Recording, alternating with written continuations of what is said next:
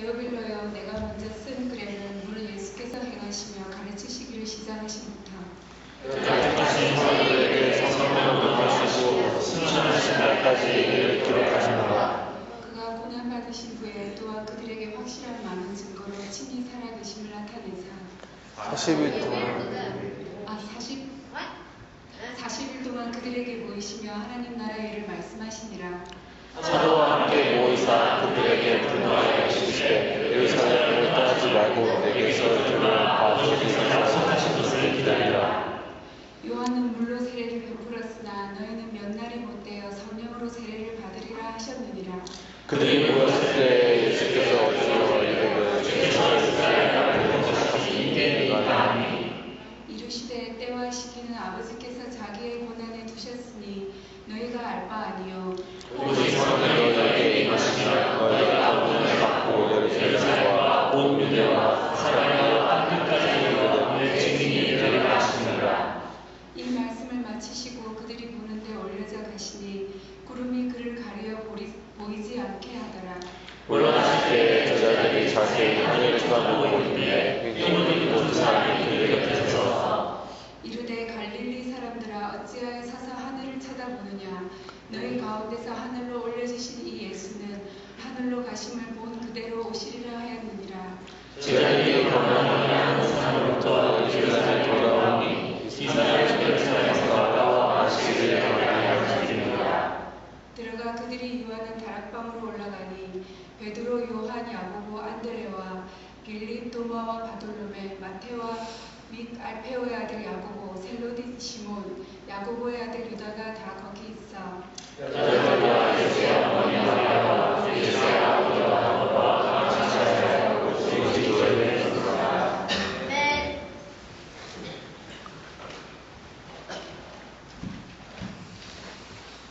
네, 오늘은 성령의 역사 없이는이라는 제목을 가지고 말씀을 나누도록 하겠습니다. 자, 이제 9월을 앞두고 있습니다. 이제 새로운 학기가 다가오고 있습니다. 하나님이 제일교회에 허락한 또 한 번의 영적 경주가 이제 9월부터 또 이제 2학기 마치는 시간까지 시작이 된다는 것을 의미합니다. 자, 이제 한 달 남았는데 이제 한 달 동안 새 학기를 위해 여러 가지 것들을 철저하게 준비할 때입니다. 목장 조직도 어른들도 다시 개편을 하게 되고 라이드표, 임원들 교육, 목자들의 헌신 등등. 그런데 이 모든 것들이 앞서 우리가 반드시 먼저 준비해야 될 것이 있습니다. 그것은 내 안에 계시는 성령님의 충만하심의 역사를 기대하며 기다리는 모습입니다. 우리가 여기까지 온 것도 내 안에 계시는 성령님의 도움 때문이었지 우리 스스로의 힘으로 왔다고 우리는 생각하지 않습니다. 그것이 교회의 일이든 가정의 일이든 개인의 일이든 간에 성령의 도움 때문에 여기까지 온 것이지 우리의 힘으로 여기까지 온 것이 아니라는 거예요. 예수님이 부활하시고 승천하신 후 놀라운 사도들의 행적이 시작되기 전 사도들 역시 성령의 충만한 역사를 기다림으로 그들의 사역을 시작했습니다. 무작정 일부터 뛰어든 것이 아니라 기다림으로 하나님이 약속하신 그 약속하신 것을 기다림으로 사역을 시작했다는 거예요. 그러니까 새로운 가족들, 신입생들, 또 새학기를 앞두고 우리 8월 한 달 우리가 해야 할 일이 무엇일까? 그것이 바로 내 안에 성령님으로 하여금 제한 없이 일할 수 있도록 우리 스스로를 준비하는 것입니다. 자, 여러분 예수를 믿으십니까? 네. 예수 믿으십니까? 네. 그렇다면 여러분 안에 성령이 계시다는 것입니까? 네. 그렇죠. 성령으로 말미암지 않고서는 예수를 구주라고 고백할 자가 없다 했습니다. 그렇다면 여러분 안에 성령님은 계신 겁니다. 그런데 왜 우리가 어깨가 푹 처지고 왜 능력 있게 살아가지 못하고 항상 한숨과 근심과 걱정 속에 살아갈까요? 성령 충만한 삶과 성령이 계시다는 것은 다른 겁니다. 그래서 오늘 그걸 말씀드리는 거예요. 우리 스스로를 준비해서 성령으로 하여금 제한 없이 스스로 일할 수 있도록 주권을 내어드리는 그런 준비하는 시간이 필요하다는 겁니다. 그런 관점에서 오늘 사도행전 1장을 살펴보겠습니다. 사도행전은 예수님이 하늘 우편으로 올라가신 후에 제자들이 어떻게 복음 전도의 여정을 이어갔는지를 보여주는 성경입니다. 그것은 곧 우리의 모습으로 이어져야 합니다. 그런 의미에서 오늘 본문 1장은 사도들의 행전을 이어가려는 우리들에게 어떤 중요한 가르침을 주고 있다는 사실을 우리는 발견하게 됩니다. 사도행전 1장이 말하고자 하는 바는 기다림의 본질이 무엇인지를 먼저 깨닫자는 거예요. 하나님의 일을 열심히 몸으로 뛰는 것도 필요합니다. 그러나 그 일들이 하나님께 영광을 돌리기 위해 능력으로 열매 맺기 위해서는 뭔가 필요하다는 거예요. 기다림이라는 게 뭡니까, 여러분? 기다림이라는 것은 죽은 정지가 아닙니다. 죽은 정지가 아니라 주를 위한 가장 능동적인 활동이라고 얘기할 수 있어요. 예를 들어서 여러분 팽이치기 어렸을 때 해봤습니까? 팽이를 뒤로 들 수 있는데 팽이가 아주 강하게 돌 때는요 고요해 보입니다. 정말 그 자리에 서 있는 것 같아요. 중심이 다 바뀌어 있고 원으로 돌긴 하지만 마치 안 도는 것 같습니다. 정지된 것처럼 보이지만 엄청난 속도로 돌고 있다는 것을 우리가 알 수 있어요. 그 안에 역동성이 최고조로 달합니다. 도는 것이 눈에 보이는 순간 이제 이게 좀 옆으로 튀어나오면서 도는 것이 보이는 순간부터는 이제 그 팽이는 죽겠구나. 그것을 우리가 짐작합니다. 씨름 선수도 마찬가지입니다.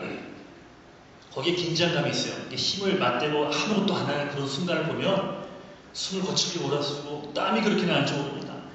땀이 비오듯 내립니다. 그것을 단지 정지라고 얘기할 수 있나요? 정지는 정지인데 힘이 작동하는 정지 상태가 하나님이 우리한테 원하시는 기다림이라는 시간입니다. 그리스도인으로서 성령의 역사하심을 기다리는 것이야말로 이것과 똑같다는 거예요. 그래서 성경은 조급한 것을 죄라 그러잖아요.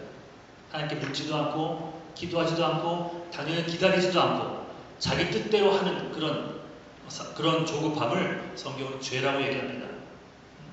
그러니까 아무것도 안 하는 것처럼 보이지만 우리가 하는 그 기다림 속에 내 온 정성과 에너지를 쏟아붓는 것, 이런 기다림을 하나님께서 원하세요. 그래서 어떤 기도 제목이 있을 때 바로 받는 경우도 있지만 어떤 기도 제목을 놓고 기도한 후에 기다리는 시간이 있잖아요.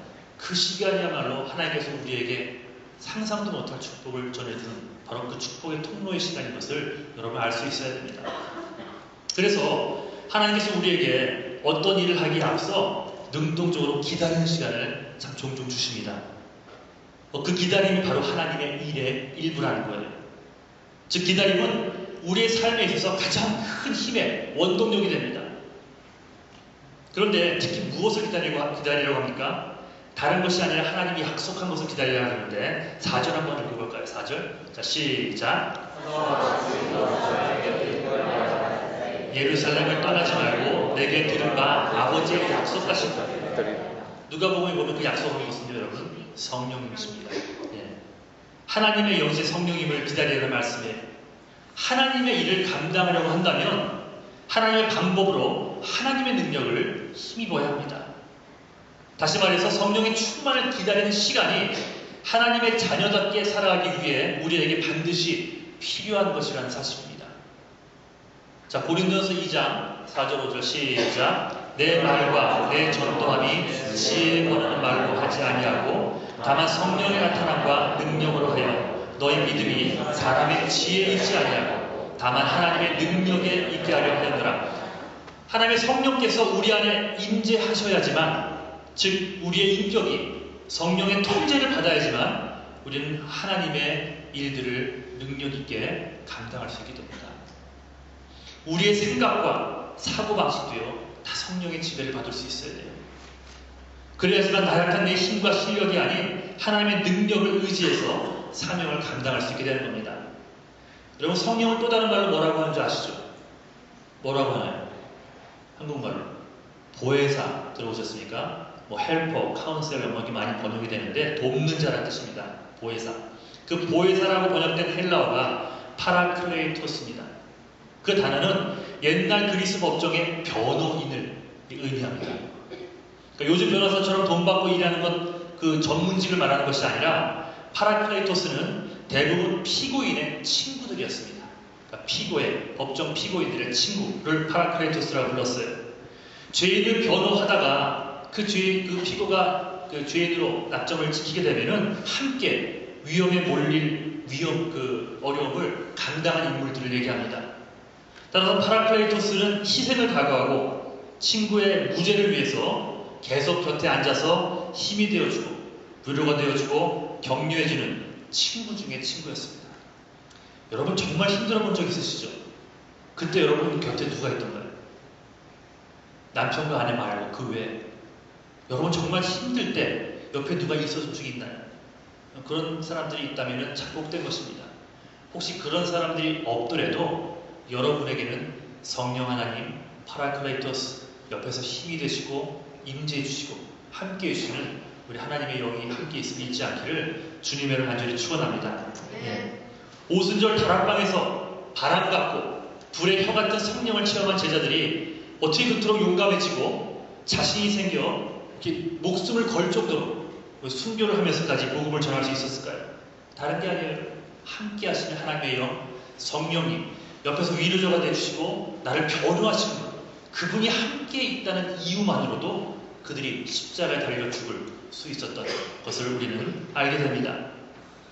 이제 새 학기, 새로운 학기를 한 달 앞두고 우리 제일교회 성도들의 심령 가운데 하나님의 성령을 충만하심을 기다리는 마음이, 성령의 기름 부음을 기다리는 마음이 충만하시기를 간절히 축원합니다.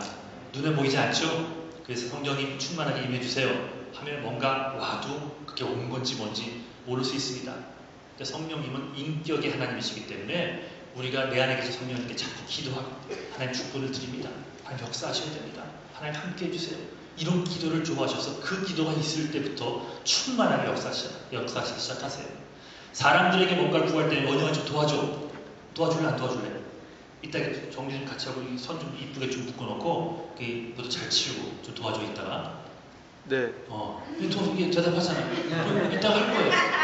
사람에게 뭔가 도움을 청하는 것은 이렇게 응답이 옵니다. 하나님의 영은 눈에 보이지 않기 때문에 그게 안 와닿습니다. 하지만 여러분, 기도를 통해 우리는 성령님의 충만함을 구할 수 있습니다. 그러니 입술을 열어서요 구하셔야 됩니다. 마음이 힘들고 어려울수록 바쁘고 시간이 없을수록 더 성령의 충만하심을 간구할 수 있는 여러분 되시기를 주님의 간절히 축원합니다. 자, 이렇게 성령께서 임하시게 되면 두 번째, 자연스레 나타나는 현상이 있습니다. 자, 1장 8절 읽어볼까요? 자, 시작. 오직 성령이 너에게 임하시면 너희가 권능을 받고 예루살렘과 온 유대와 사마리아와 땅 끝까지 이르러 내 증인이 되리라 하시니라. 성령의 충만함, 성령의 기름 부음이 있으면 들어가는 강력한 특징 중 하나는 증인이 되는 겁니다. 증인. 예수 그리스도를 증거하는 하나님의 자녀들이 된다는 거예요. 많은 교회들이요, 자기들끼리만 좋게 지내는 것에 초점을 맞춘 나머지 세상 가운데에서 복음 증거하는 일을 약화시키고 있습니다. 전도가 사라져가고 있어요. 복음 전도 교회 오면 할게요. 쟤는 불교라서 안 돼요. 불교 집안이라서. 옛날에 해봤는데요, 상처가 뻗어나서 힘들어요. 여러분, 우리 그런 얘기를 너무나 쉽게 하면서 전도를 하지 않습니다. 교회에서 전도가 사라지고 있어요. 그냥 내 걱정, 내 염려, 내 상처만 얘기합니다. 이렇게 교회에서 전도가 사라지고 복음 증거가 사라지는 이유는 하나님의 성령의 기름 부음이 사라졌기 때문입니다. 성령을 바라지도 않고요, 성령의 도움을 우습게 여기며 성령이 임하셔도 역사하실 수 있는 힘이 그닥 크지 않다고 생각하기 때문에 여러분, 우리는 다른 것을 기도해도 성령 충만하길 원합니다 라는 기도 하지 않습니다. 보세요. 우리의 모습을 보십시오. 밤낮 싸우기만 하고 이기려고만 하는 우리의 모습을 돌아보십시오. 남편과 아내에서부터, 가정에서부터, 같은 목장에서부터, 같은 교회 안에서부터. 그러면서도 마치 하나님이 내 삶 전체를 인정하고 계신 듯 착각하며 살아갑니다. 정작 복음을 전하며 살아가기 위해서는 여러분 좀 싫은 소리도 들어야 됩니다. 그렇지 않겠어요? 예수 믿으세요. 좋아하겠습니까? 정작 안 좋은 소리도 들을 것을 각오하셔야 되고, 때로는 양보를 2번 하고 4번, 5번도 하셔야 됩니다. 내 것을 쏟아 부어주는 희생도 해야 합니다. 하지만 그렇게 하지 못합니다. 아니, 그렇게 하기 싫습니다. 왜? 나만 손해보는 것 같으니까요. 그러니까 왜 이렇게 살아가는 줄 아세요? 이유는 한 가지입니다. 예수를 믿고 구원을 받았지만, 성령님도 와 계시지만 그 성령의 충만함을 강구하지 않습니다. 우습게 여기는 거예요. 그리고 전도하며 살기 싫은 것입니다. 내가 이렇게 값없이 구원을 받았는데도 불구하고 싫은 거예요. 누군가에게 이런 소리를 해야 되고, 고개도 좋아해야 되고, 비유도 맞춰줘야 되고, 희생도 해야 되는 것이 싫은 겁니다. 예수님이 우리한테 어떻게 사랑을 베풀었는데 그 생각만 한다면 할 수 있는 것이거늘 그 은혜를 잊어버리고 있어요. 지금 제가 그래서 교회에서 전도 프로그램 아니면 전도하자는 그런 구호를 내세우자 그 얘기하는 것이 아닙니다. 오히려 근원적인 뿌리를 다루자는 거예요. 여러분, 전도는요, 복음 증거는요, 뭐든 진이 아닙니다. 영어 구원은 하기 싫은데 억지로 하는 것이 아니에요, 여러분. 성령의 기름 부음이 있으면 반드시 복음을 증거하게 되어 있습니다. 아니, 그 예수를 어떻게 안전하면서 할 수 있어요? 어떻게 여러분만 힘들다는 맨날 내 상처 얘기만 하면서 어떻게 세상 속에서 복음을 전하지 않으면서 할 수 있습니까? 우리가 다시 생각해 봐야 한다는 거예요. 이제 신입생들, 새로운 가정들이 몰려올 텐데 여러분들 안에 가지고 있는 것이 있어야 나눠주죠. 성령 충만함이 있어야지 나눠주지 않겠어요? 그러니까 성령의 기름 부음이 있다면 그것을 강구해서 그 성령의 충만함을 하루하루 누리고 산다면 여러분 입술을 열어서 복음을 증거할 수밖에 없다는 거예요. 그러니까 교회의 사명은 구원의 방주가 되는 것이고 땅끝까지 예수 그리스도의 복음을 증거하는 일이라는 사실 다시 한번 마음에 새겼으면 좋겠습니다. 그런데 왜 이것이 약화되고 잘 안 되는 것인지 다시 말씀드리지만 성령의 기름 부음, 성령의 충만함이 우리 가운데 사라지기 때문입니다. 그러니까 다시 돌아가야 된다는 거예요. 우리의 삶의 뿌리를 성령의 기름 부음에 두고 거기서부터 다시 삶을 풀어나가기 시작하면 능력 있는 삶을 살아갈 수 있다는 사실입니다. 그래서 예수님도 사도들이 첫 사역을 시작하기 직전에 기다리라 하시죠. 기다리라. 자, 며칠 기다리라 하십니까?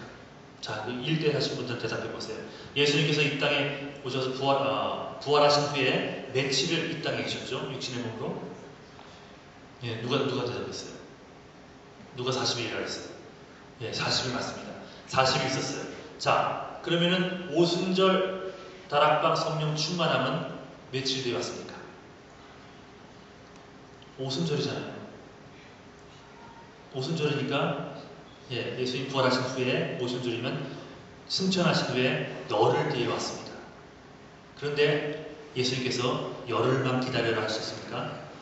안 하셨어요. 기다리라 했어요. 여러분, 이게 하나님께서 원하시는 기다림이에요. 자, 열흘이 아니라 1년만 딱 기다리고 기도해 하면은 했었을까요? 더 많은 사람들이 아마 했었을 겁니다. 그 날짜를 가르쳐줬다면. 그런데 하루가 지나고 이틀이 지나고 일주일이 지나고 9일이 지나면서 500명이 그 승천을 바라봤었는데 그 중에 380명이 다 떠나버렸어요. 잘못 들었나? 아닐 거야 하면서. 근데 120명이 끝까지 남아서 그 성령 약속하신 것들을 받게 됩니다. 14절까지 읽었는데 그 후를 읽으면 그 이야기들이 나와요. 예수님이 그 기다리는 시간을 이 120명에게 허락한 것입니다. 성령의 기름 부음이 있자 그들이 목숨을 내걸고 복음을 전하잖아요. 두들겨 패는데도 나오면서 뭐라 합니까? 제자들이 예수의 이름 때문에 이런 능력을 받는 것이 오히려 기쁘다 그러면서 할렐루야 하면서 나옵니다. 여러분, 성령의 충만함이 임하면 예수님께서 말씀하신 것처럼 예수님이 이 땅에서 행한 것보다 더 크고 놀라운 일들을 행할 줄 믿습니다. 아멘. 자, 그렇다면 성령의 충만함을 누리기 위해서는 어떻게 됩니까? 여러 가지 방법들이 사도행전에 나오지만 가장 확실한 방법은 여러분 기도입니다. 기도에 간구하는 거예요. 많은 성도들이 나름대로 열심히 살아갑니다. 나름대로. 그리고 무엇인가에 집중합니다. 그게 헌신일 수도 있고 봉사일 수도 있고 그 무엇인가에 자신의 삶의 가치를 두고 거기에 만족합니다. 아, 내가 여름 성경학과 한 번 했지. 아, 내가 미션 한 번 다녀왔으니까. 그런 마음들, 심지어는 교회 일들도 포함이 됩니다. 하지만 삶의 열매나 삶의 진정한 가치 그리고 만족, 거기서 얻어지는 만족감은 그 무엇인가에 달려있지 않다는 거예요. 삶의 진정한 열매, 가치, 만족은 하나님으로부터만 옵니다. 예수님은 성령 충만함을 경험할 수 있는 확실한 방법을 알려주시는데 바로 그것이 기도라는 것입니다. 예수님의 제자들은 3년 반 동안 예수님만 의존하고 살았어요. 그러다가 예수님이 십자가에 달리고 부활하신 다음에 승천하셨습니다. 자, 그들 마음이 어땠을까요? 성령 받기 전의 모습이죠. 그들 마음 가운데 일종의 허탈한 감이 있지 않겠습니까? 예수께서 승천하신 후 산에서 제자들이 내려오며 어떤 마음을 가졌을까요? 허탈감, 상실감, 갈등, 두려움 이런 거 밀려오지 않겠습니까? 두렵지 않겠습니까? 예루살렘에서 기다리고 있는 많은 시험과 박해, 문제, 두려움 밀려오지 않습니까? 그러니까 우리도 그렇습니다. 예수님을 믿고 의지하기는 하지만 우리 눈앞에 보이는 시험과 문제, 많은 두려움이 있습니다. 인간이 이상 그런 어려움들이 없을 수 없어요.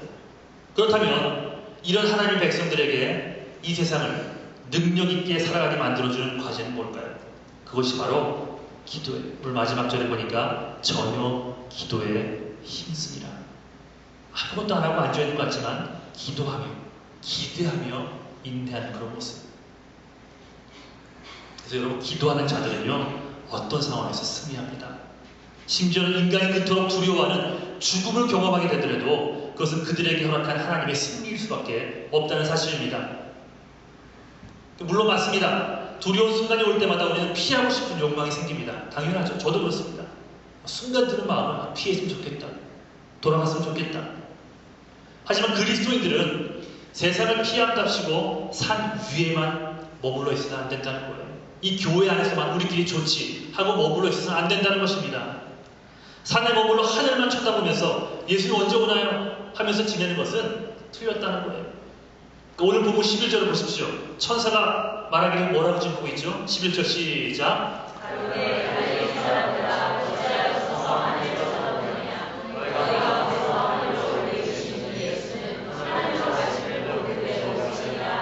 어찌해서 하늘만 쳐다보고 있느냐는 거예요. 이제는 하늘만 쳐다볼 것이 아니라 그 땅 구석, 이 세상의 땅 구석구석으로 나아가 예수 그리스도의 그 빛, 진리를 전하는 사명을 감당하라 말씀하십니다. 그러기 위해서 마가의 다락방에 모인 그 120명의 문도들 성도들이 전혀 기도에 힘썼다라고 기록합니다. 기도는 여러분에게 승리를 이끌어주는 그 대문, 현관과 같다는 거예요. 종교개혁자 마틴 루터가 이런 말 했습니다. 옷을 만드는 것은 바느질하는 사람의 일이고 당연한 거죠. 구두를 고치는 것은 구두 수선공이 하는 일이듯이 당연하죠. 그렇듯이 기도는 그런 식으로 그리스도인들이 해야만 하는 일입니다. 라고 말했습니다. 여러분, 그렇습니다. 기도는 예수 믿는 여러분과 제가 해야 될 첫 번째 일입니다. 즉 예수 믿는 사람들은 한마디로 가는 곳마다 이 기도를 심을 수 있는 자들이 되어야 됩니다. 모이면 남 흉이나 보고 남의 잘못이나 들추는 그런 자들이 아닌 모이면 기도하고 중보하고 참아주고 인내해주는 것이 바로 그리스도의 사람들이라는 거예요. 그러니까 우리가 서 있는 곳이 광야라 할지라도, 우리가 서 있는 곳이 아무리 험한 곳이라 할지라도, 그네와 같이 복음과는 동떨어진 아주 하나님의 권능이 임하는 지성소가 되는 것을 잊지 않기를 주님의 안주로 축원합니다. 자, 에브러함 링컨 대통령 삶 가운데 유명한 이야기가 굉장히 많습니다. 남북 전쟁 때 군인 막사를 다니면서 지휘할 때 이래라고 합니다. 대통령이 머물고 있는 막사 바깥 기둥이 있는데 그 기둥에 흰 손수건이 걸려 있으면 기도하는 중이라는 사인이었다고 합니다. 그러니까 그 시간은 받아하지 말라는 거예요. 예. 그런데 하루 중 많은 시간 동안 대통령 막사에 흰 수건이 묶여져 있었다고 합니다. 기도하는 시간, 기도하는 대통령, 참 복된 것 아니겠습니까? 우리도 마찬가지예요. 삶의 현장, 우리의 삶의 막사가 있습니다. 가정이라는, 직장이라는 우리만의 막사가 있어요. 그 막사에 우리도 흰 손수건을 매다는 그런 이 시간만큼은 기도하는 시간입니다. 그런 모습들이 회복되면 좋을 것 같습니다. 그러니까 기도하는 아빠, 기도하는 엄마, 기도하는 딸과 아들, 기도하는 남편, 기도하는 아내, 이런 자들이 있는 곳에는 능력이 드러날 수밖에 없고 행복함이 묻어나올 수밖에 없는 것입니다. 다 그런 건 아니지만 혹시 삶 속에 기쁨과 평안이 사라져갑니까? 삶의 기쁨이 사라져갑니까? 그렇다면 여러분 돌아보십시오. 여러분 24시간의 삶 중에 과연 몇 분이나 기도를 하고 있는지. 그렇다면 답은 나올 겁니다. 그렇게 평생 사신다면 평생 예수를 믿긴 믿지만 이 땅에서 허락하신 기쁨이나 그런 평안, 능력은 경험하지 못할 겁니다. 그러니까 우리가 첫 번째 해야 될 일이 바로 기도라는 것. 잘 보세요, 여러분. 예수님의 제자들, 그리고 마지막까지 약속하신 것을 믿고 기다린 120명의 성도들, 그들 앞에 엄청난 역사가 일어나기 시작합니다. 그러니까 링컨식으로 얘기한다면 마가의 다락방 앞에 120개의 손수건이 달려있는 거예요.